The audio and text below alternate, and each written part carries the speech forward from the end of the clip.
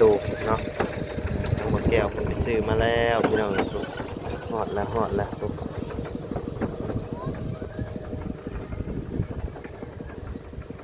ครับทักทายสบายดีเด้อเนาะพ่อแม่พี่น้อง FC เบิร์ดคู่สุกคนเนาะบ่ว่าอยู่ในและต่างประเทศก็ยินดีต้อนรับเข้าสู่ช่องบ่ไลคือเก่าพี่น้องเอ้ย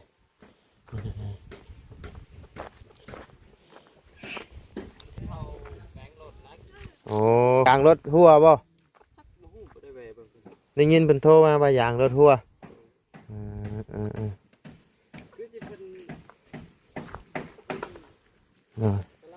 จักบงนี่พี่น้องเอ้ย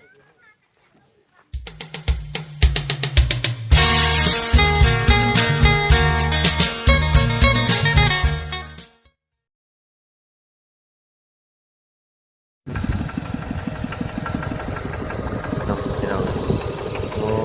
มาแล้วบกบานประตูเนาะทางบ่แก้วเพิ่นไปซื้อมาแล้วพี่น้องทุกฮอดแล้วทุก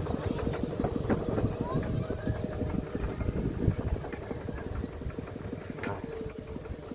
บทักทายสบายดีเด้อเนาะพ่อแม่พี่น้อง FC เบิร์ดคู่สุกคนเนาะบ่ว่าอยู่ในและต่างประเทศก็ยินดีต้อนรับเข้าสู่ช่องบ่ไลคือเก่าพี่น้องเอ้ย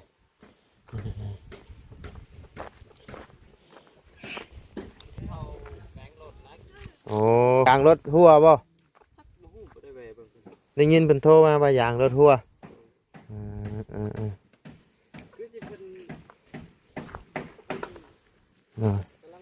จักบงนี่พี่น้องเอ้ย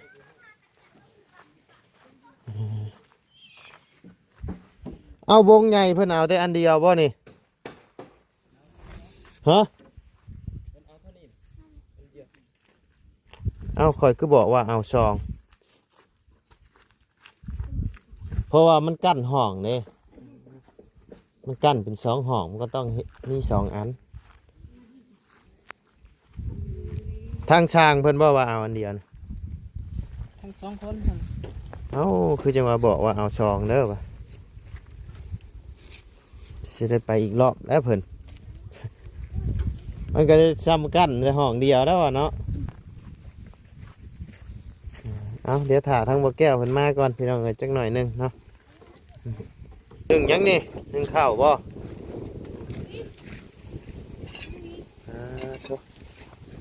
สบายดีเด้อหน่อยคือมีพวกหลายแทะมันนี่ฮะมาเด่นน้ำดังนั้นกำลังตอกวงตอกแป้นอยู่เนาะพี่น้องนี่แหละพี่น้องเลยว่าไล่ให้เพิ่นเกาะออกมาเพิ่นต่อออกมาแล้วพี่น้องให้มันพอดีงามเลยพอดีงามแบบนี้พี่น้องเลยต่อออกมาแบบนี้คักแต่ว่าแป้นบันเทิงต้องตัดแป้นต่อใส่ไม้เนาะเป็นอย่างเดียวเอาแป้นใส่ให้มันงามพอดีเลยพี่น้อง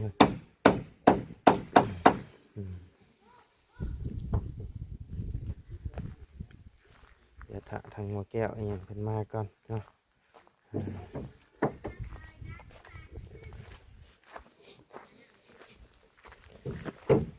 คือจะว่า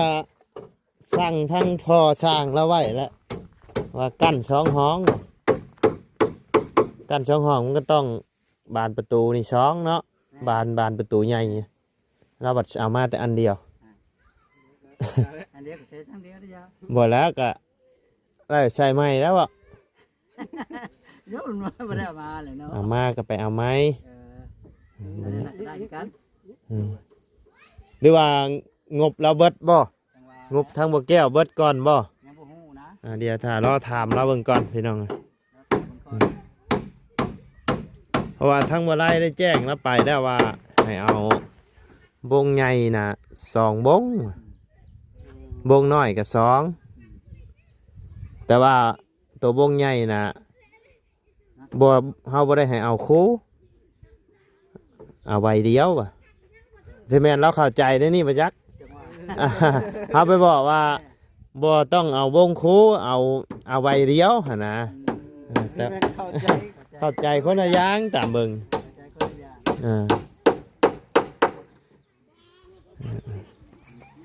เอาก่อนอื่นก็กลับทักทายสบายดีเด้อเนาะพ่อแม่พี่น้อง FC เบิร์ดสุขุสุคนเนาะบ่ว่าอยู่ในและต่างประเทศก็ยินดีต้อนรับกับสู่ช่องมาไล่คือเก่าพี่น้องเลยพบเจอกันช่วงค่อยค่ำลงแรงเนาะ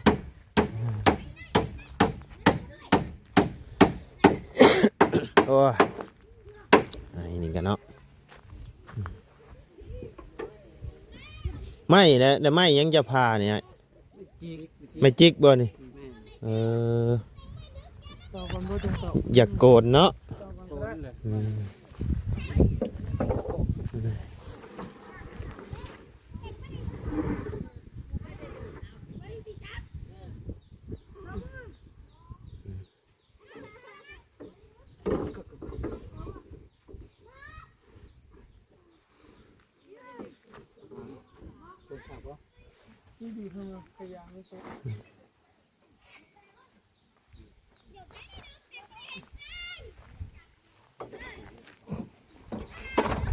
ไม่แป้นยังจะพายาวๆนี่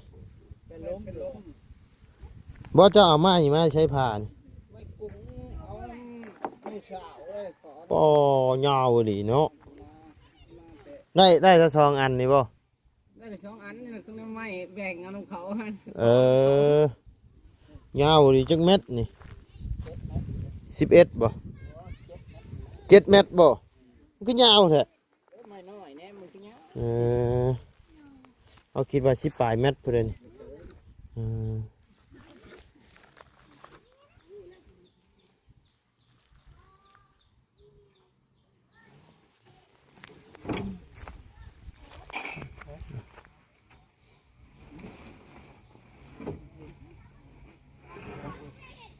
นี่ไม่แพงมันต่อก็ได้ศูนย์พัน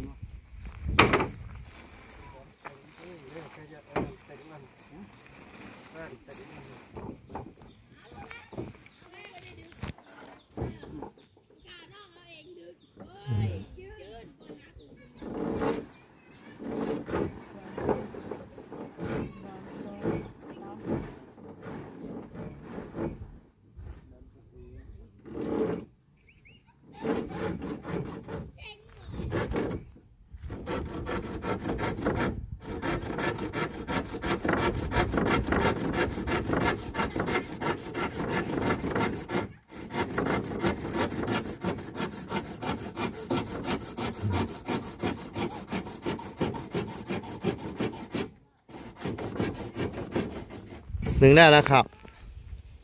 ยังชุก ยังเหมือนชุกอยู่ เลย ได้ยังชูช่างกินมานี่ โมจัก บ่จัก เลย จำแจ้วแล้วชูเพิ่นกิน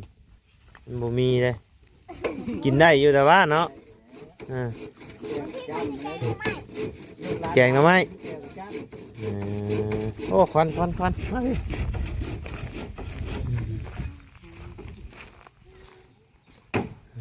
หนึ่งเขาทุกกระต้มหนึ่งไม่เลย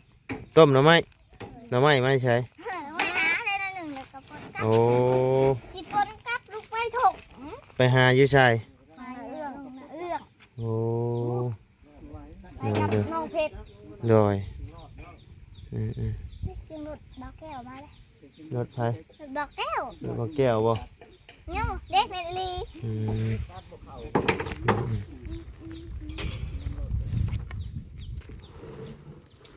เด็กเมลี ฮอนแดดพ่อบ่แป้นบัดนี้พ่อบ่พ่อเนาะโอ้บ่แก้วพี่น้องเอ้ย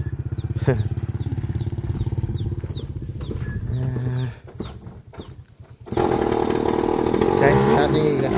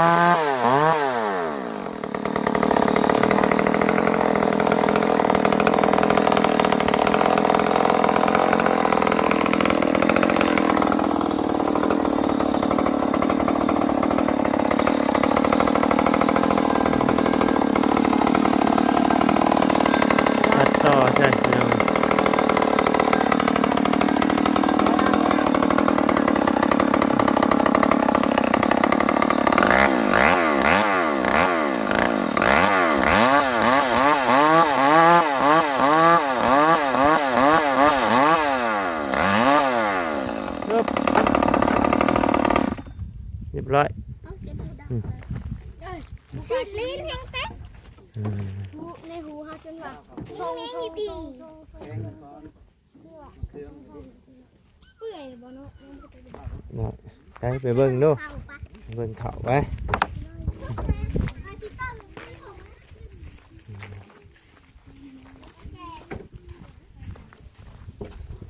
ทำไมทงโอ้ย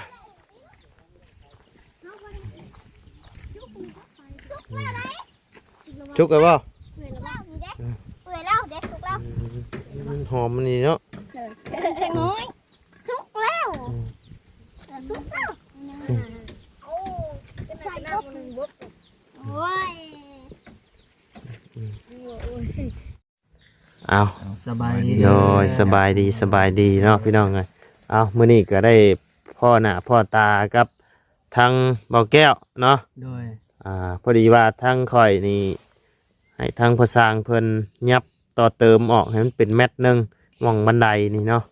ให้มันนี่พี่น้องเอ้ยเป็นยับเรียบร้อยแล้วเนาะพี่น้องเอ้ยงามเนาะแต่ว่าไปซื้อวงกบมาบ่พอเนาะ โดย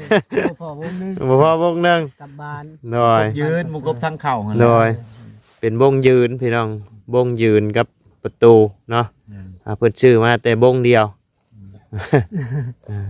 แต่ว่าเรื่องผู้ไปซื้อกะบอกแก้วคือว่าแล้วเพิ่นก็บ่เคยแน่ โดย ว่า กะ บ่ไล่ กะ ว่า บ่ ผู้ เป็ เป็น นผู้เจ้าของรับงาน ว่าวงกบทางเข่าจักป้องว่ะเถียงกันนี่แล้วก็บอกแก้วได้พูดก็ดี อ่า เอ้างบเจ้าเท่าไหร่ว่ะแต่กูไปมาเอาทางเข่าเท่าไหร่ขอว่าเอาทางเข่า2ปองแต่คันห้องข่อย โด ว่าย แม่นเฮาก็บอกอยู่เด้ มาเบิ่งกับ โชคชัยแบบว่าอาจสิบ่เข้าใจแบบว่าข่อยว่าอันตัวบงยืนน่ะเอา2แต่ว่าเอาเป็นใบเดียวอะนะอาจจะคิดว่าเอาอันเดียว โอ้ยเพิ่นก็บ่เคยซื้อเห็น โดย บ่ช่างไปนำ โดยกับบ่เป็นหยังเนาะ โดย บ่ก็บ่เป็นหยัง จังเอาบ่ช่างไปนำ อ่า บ่ช่าง ส เอา บายดีเด้อพี่น้องเด้อ แล้วก็อยู่นำกันแล้วบาดนี้ล้มกันไปล้มกันมา ใช่ เถียงก็เจ้าของห้านน่ะโอ้ยเราว่ะ มื้อเช้านี้เฮาได้เป็นถามแล้วหมองอันถาม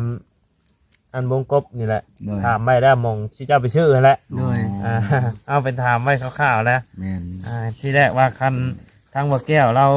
บ่มามื้อนี้เฮาก็ว่าสิเฮาสิเป็นคนซื้อก็ได้นะ โดย แล้วบัดนี้ให้ต่อนี่ใส่เพิ่มนี่ที่แรกทั้งพอช่างแล้วว่าคิดว่าอ้อมพาสิซื้อบ่ได้กั้นบ่ได้หยังปะโล่งเลยพี่น้องเอ้ย ธรรมดาแต่ว่า เข้าใจกันผิดหน่อยนึงเนาะ มันบ่มีพลังนี่เด้เฮาก็ โดย บ่เป็นหยัง ได้ โดยแล้วก็ ได้ ทั้งพอช่างเพิ่นว่าพอลงเห็นหน้างาน ตัวจริงแหละพอช่างเพิ่นว่า ขอ ขอเพิ่มอีกล้านหนึงเนาะพี่น้อง ร้านประกบประตู โดย แต่ว่ามันก็อยู่ซ้ำเพื่อนได้บ่ เฮือนนี่ก็ยังว่าเฮือนยังว่าอ แล้ ยู่ วอันนี้นะ โมเมนต์เที่ยงเด้นี่ แม่ นะ น เฮือนเฮือนในพอช่างเลย ด้วย แบบบันดอกบันไดก็แบบทรงเฮือนเลยเฮ็ดทรงเฮือนให้เลย ทาง FC คอมเมนต์ว่าคันสิมุงเป็นหญ้านี่ให้งามเพิ่นว่า โดย โอ้เฮ็ดบุ้งเป็นหญ้าบ่ได้ดอก มุงเป็นหยานต้องใส่ไม้ได้ อันนั้นแหละ มันต้องใส่ไม้ลงมาในนี่อีก แห้งคักเพิ่นว่า เท เท่ ขัด เลย อยู่ อืม แต่ว่าความทนมันน่ะแหละมัน อืม มันก็บ่มันก็บ่มาตรฐานพี่น้องเอ้ย แม่น ได้บ่10 ปีบ่ฮอด บ่ฮอดดอก แต่ แต่ ปียันมันเปื่อย คันเอาย่องๆน่ะใครอยู่ แต่ อืมบ่ได้เชียงราย แต่ว่าคันเป็นสังกะสีนี่ก็10 ปีก็ยังยากได้เลย แม่น คันแพน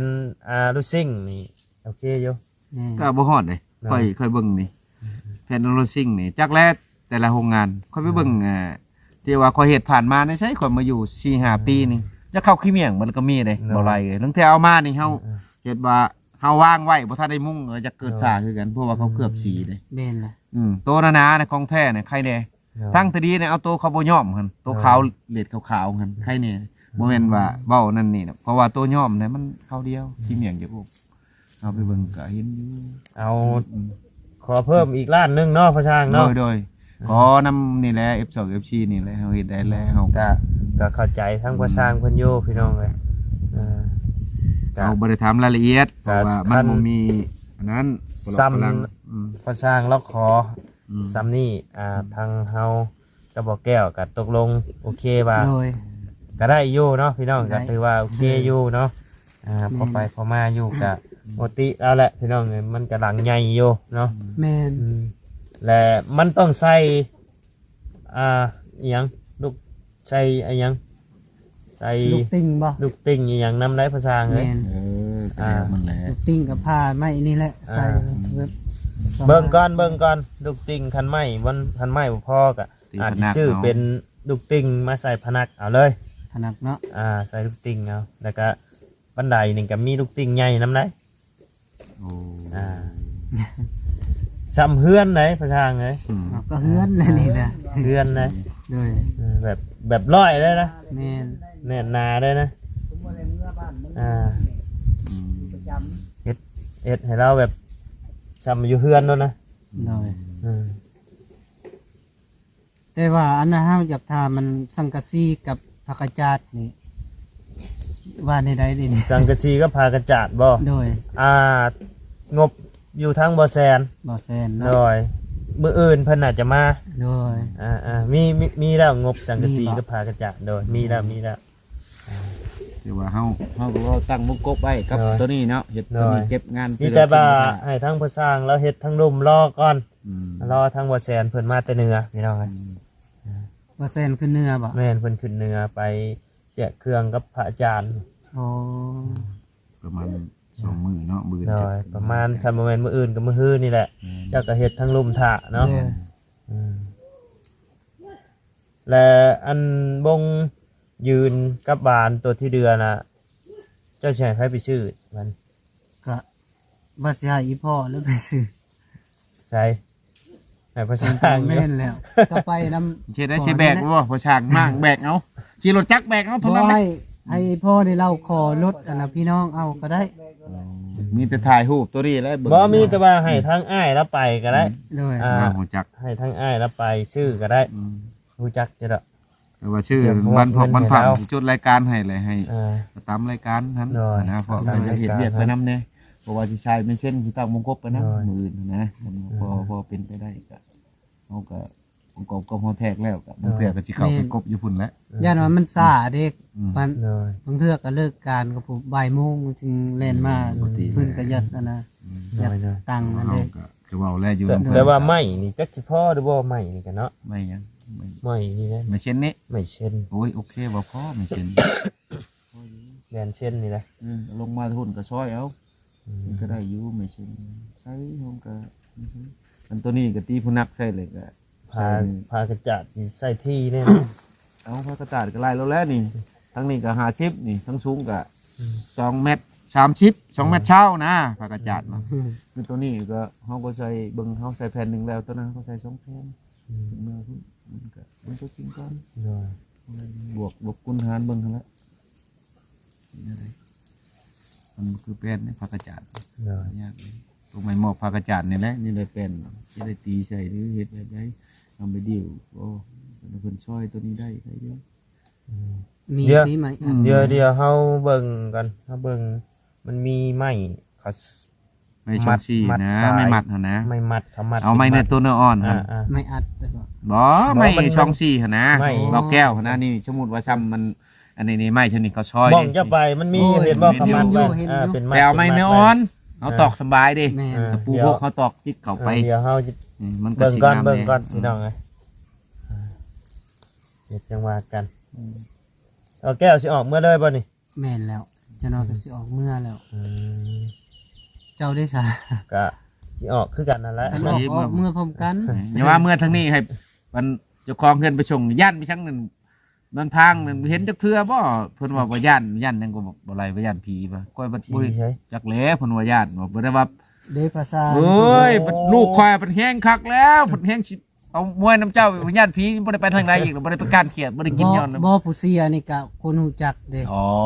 มีแต่บอกเพิ่น ไกลๆนึง เออโอ้ย เห็นซ้ำอัน โอ้ นั้ ย น เห็นกระยาแล้วเพิ่นไปเลยเพิ่นก็อยู่โลกใหม่แล้วเฮาก็อยู่โลกนี้นี่บ่ โอ้ย มัน ว่า คนละโลก ได้ เด้ รอตาไม่ แหม คนละโลกก็ได้ไม่ได้ อย่าแล้วเรื่องกิจกรรมให้มันเนี่ยเมื่อทางนั้นก็แล้วแต่เพิ่น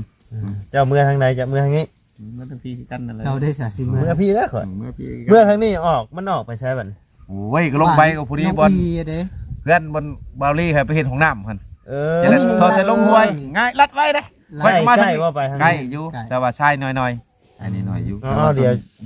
สิ แต่ว่าบ่ได้ไต่ครัวแต่มันบ่เชียงงานรถเฮาไต่ที่ว่าเป็นตะบอกตะปูในครัวเฮาเมืองอะนะก็ไว้ได้บ่ โค ไว้ งได้เบาไหล โด โอ้ ย คอยประหลัดจัดคอยมาฮอดน่ะ ก็ ปั๊บ บ่ฮู้ไว้นี่นะ อยากฮู้ยังบ่ได้มาจักเทื่อบ่โอ้ยไปน้ำเพิ่น เคย ไปน้ำ มา เบา จัก แก้ เทื่ ว อ สองเทื่อแล้วข่อยไปบ้านนี้เขาจื้อคักแล้วบัด มันง่าย เพราะเขาดุดใหม่เด้เขาแปลงทาง คอยเมื่อ เมื่อชื่อวงกบกินนี่ก็เห็นเพิ่นนั้นดุดเนาะเพิ่นแปลงอยู่ห่วย แปลงทาง กันว่าอันนั้นก็บางเทื่อก็สิรถใหญ่ก็สิไปได้อยู่มันก็บ่เนินบ่ได้ ได้แล้วรถพอดเข้าได้แล้ว ได้อยู่แต่คือรถทีมงานนี่ไปเป็นไปบ่ได้รถใหญ่นะก็ตามดอกพอคุณไปพุ่นมันเสี่ยงหลายอยู่ในใช้กินจวดบางฮอดหันก็เฮ็ดเพื่อนน้องอีน้องไปเชียงบ่แม่นเพื่อนผู้บ่รีไปเฮ็ดนั่น น้องอีเลย ตกลงอยู่ใน7ล้านเนาะนี่เนาะ โดย แล้วไม่เช็ดเลย แม่น ด่างตีนขึ้นอยู่ได้บาด บ่อยากล้างก็ยาแล้วอยากกินต้มก็แล้วแต่เพิ่นแหละบ่ได้ว่ากันเด้อบ่ได้ว่าหยังอยู่พ่อนั่นเฮ็ดให้เบิดมอบให้เลยก็ เพราะว่าถ้าเราต่อออกไปอีกก็สิได้ตัดแป้นต่อออกอีก ตัดแป้นก็ตันเป็นยกแล้ว อืม เป็นเพราะว่าแป้นมันมาลงมันเหลือบ่พอคันฮู้จักว่าซำนั้นทางก็ไล่ไปก็ยังบ่พอคือกันเด้อไล่เขาไล่เป็นก็เพิ่นคือเพิ่นตัดน้ำหลังนี่ถือว่าโอเคเพราะว่าแทกระยะแป้นเนาะแต่ว่าไม้ยาวไม้สั้นเท่าไรระยะที่เฮาจะเฮ็ดดอกมันก็สบายอันนี้มันเป็นแป้นเดียวบ่พอคือว่าเอาแล้วเพิ่นก็บ่เคยได้อันนี้มันชอบมากก็คิดว่าสิตัดอันหนึงไป2อันมันก็นี่คือว่าเอาเลย เพราะว่าไม่ช่วงเฮาเฮ็ดอยู่เหนือแต่ละอันนะเฮาช่วงเฮาบอกสร้างก็คือแบบว่าแป้นมัน4เมตรคือมาตัดใส่ต่อแต่2สั่วเลยมันงามนะแต่มันก็ได้กบอีกไม่อันนี้ก็คือมันอยู่ไกลพื้นไกลไฟพี่น้องเอ้ยก็มันก็ คิดว่านั่นแหละ มัน แต่บ่สร้างอุกอยู่สิเข้าบ้านมุกกบประตูนี่ก็ดี ที่แทกเรียบร้อยเพื่อจะไปกบอยู่พุ่นอีก เลย กบเรียบร้อยนี่จะได้มาเข่าเบิ่งก่อนกบอยู่แล้ว มันได้กบอยู่แล้ว อืม เพราะว่าเฮาแทะมึงแล้วมื้อเช้านี่นะ อืม อันน่ะ เครื่องมือ หนาอันนั้นน่ะมันมีแต่ไอซีตัว เขาเพื่ออยู่แล้ว มันมีอยู่49แหละเอามาแทกตัวนี่น่ะมันหา11ผู้ตัววานจะก็ต้องได้กบก็เพื่อไว้อยู่แล้วก็เป๊ะๆมันก็บ่ได้อะเผื่อมันเหี่ยวมันหยังเด้ บานบ่ แม่น แต่ผมก็มีเท่าขีดอ้อม แนวมา ไป แล้ว กบ อ่า ขีดตามขีดเท่ามาเลยคือว่าใส่ กบประเทศจะได้บ่นี่บ่มีไผ พูดแล้ว เวลาเอามือกบอยู่บ้านมาแล้ว บ่แตกแล้วจึงเอามือ นั่นแหละมันยากในนี่แหละพี่น้องการนั่ง แม่ กัน ยังว่าจะขอเติมอีกคันมันสบายกับพ่อช่างกับบ่ว่าหยัง สร้างเพิ่นก็ขอเติมอีก อืม แต่ทาง FC คิดเห็นมาจังไดเนาะว่าในราคานี่เหมาะสมเห็นดีน้ำบอเนาะพี่น้องเลย โดย แต่ว่าในส่วนตัวว่าไรก็มีลึกๆอยู่ในใจอยู่แล้วเนาะก็มีอยู่ในใจโยเนาะว่าถูกหรือแพงเนาะให้ชมเม่นมาเบิ่งเด้อเนาะพี่น้อง FC บัจจุคนเนาะว่าถูกหรือแพงเนาะในราคานี่ โดย สำหรับบ่อไรก็มีอยู่ในใจอยู่ว่าทาง FC สิตอบเป็นเสียงเดียวกับบ่อไรบ่เนาะ พี่น้องเอ้ยไปชาวพี่น้องเอ้ยสำหรับคลิปนี้ทางบ่อไรก็สิได้ขอจบคลิปปิดคลิปลงไปเพียงสำนี้ก่อนเด้อพี่น้องเด้อพบเจอกันในคลิปหน้าเนาะสำหรับคลิปนี้ไปละพี่น้องสบายดีเด้อเนาะไปพี่น้อง